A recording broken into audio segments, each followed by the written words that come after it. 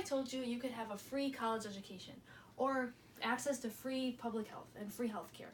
Well, our lives would look very different. And if the United States spent their money a little bit differently, our lives would be totally different.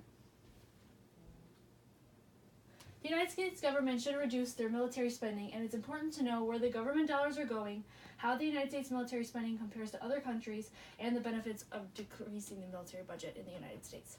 I'm a credible source because we talk a lot about this in my social justice class, who's taught by a professor who has a doctorate, and I've also read a lot of peer-reviewed articles. Preview of my main points. Where the United States dollars should be going, or where they actually are going, is the first point that I will be covering today. And then secondly, I'll be covering the United States military budget in comparison to other countries. And lastly, I'll be talking about the benefits of reducing the military budget.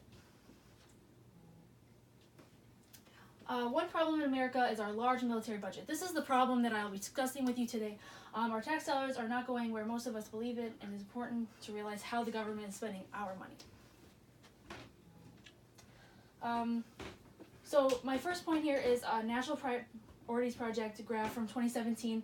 53% of the discretionary federal spending is going to the military. And a lot of people think that they're going other places, like healthcare or education, where in reality, education here is this purple box here, which is only 6%, and healthcare is actually only 6% as well, and it's this orange little slice here. But military is this huge blue slice. Friedman said in his 2017 article that little of the U.S. military budget is related to fighting the terrorist groups that draw so much attention. So a lot of people think that a large military budget means lots of security for us and a lot of security for people around the world. But really, 79% of the huge military budget that we have is going to the Pentagon, meaning it's going into jails and it's going into arms production that we're shipping off to other countries as well. And it shows here that Homeland Security is this little green slice, which is only 5%, and international security is only 2% in comparison to 79%.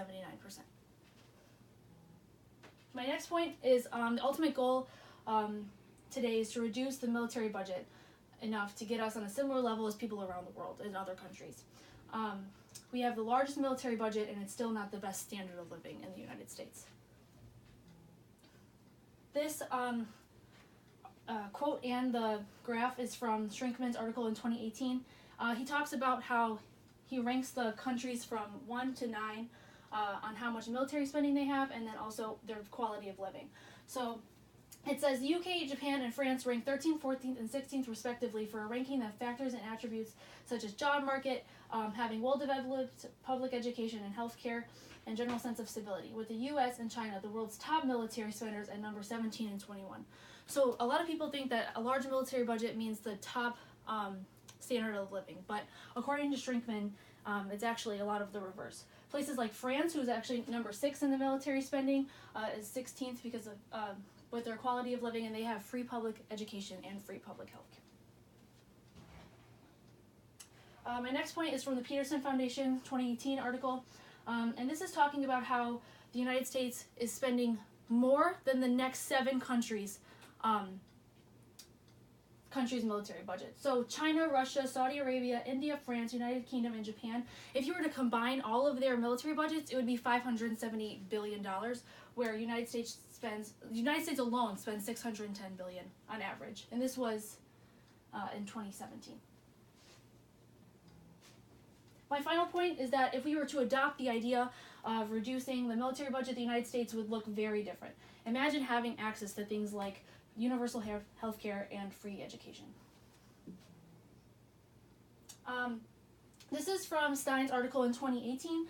They said, depending on which expert you ask, the chronic social ills, the United States could go a long way toward addressing an extra $3 trillion per decade, include homelessness, child poverty, college tuition, national student debt, lack of affordable child care, and health care for the elderly. Imagine having all these things in the United States and how our lives would look a lot different. This graph here from Lawman's 2017 article talks about the ages that people pay off their debt, and a lot of people 32% pay off all of their college debt at ages 20 to 29, which sounds okay, but if you keep looking, 40% of people still have college debt in their 30s. And imagine being 40 or 50 and still having college debt, and a lot of people still have that. From Science article again, a bill introduced by Jared Polis would wipe out all student loan debt in the country, relieving 43 million student loan borrowers from their debt burdens. Imagine, 43 million people. And we're also coming up on this problem as well, as we're going to college and having to worry about debt. And so this would really affect us a lot. To conclude, it is important to know where your tax dollars are going, how large the United States military budget is in comparison to other countries, and the benefits of reducing military spending, which all support the idea that the United States should reduce the military budget. So to restate my stance, really, the United States should reduce their military budget. And so I want you to imagine a world where if this was to be implemented, that you wouldn't have to worry about paying for health care as you get older. Think about your kids, think about your grandkids, and also just think about yourself in the light of having free education and having college for free, having access to all these things. So, thank you.